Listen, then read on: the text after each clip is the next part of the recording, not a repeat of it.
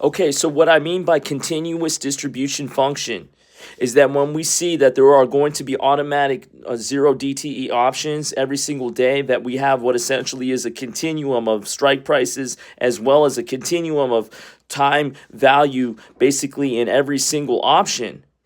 So what we're talking about on the trade is that the investment underlying is going to be one for the volatility trade for the option buyer. They have to understand that when gamma reaches its peak at what essentially is going to be the continuum for time series that is going to be daily, and that would resemble what essentially in the trading world would be 252 days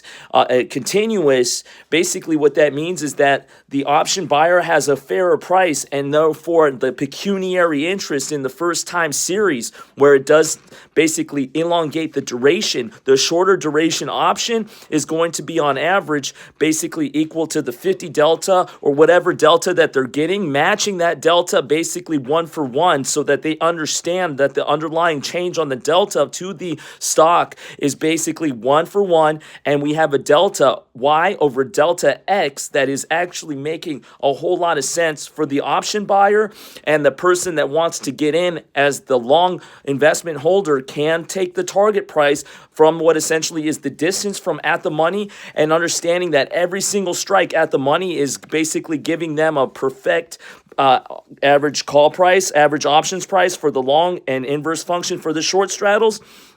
What that means is that we no longer have a discrete variable on the probability distribution function from uniform distribution to what essentially is a continuous continuum for the distribution function. What that actually means, practically speaking, is that we get a delta that is at a fair value, and we no longer have to basically wait into what essentially is going to be a pecuniary interest for option buyers.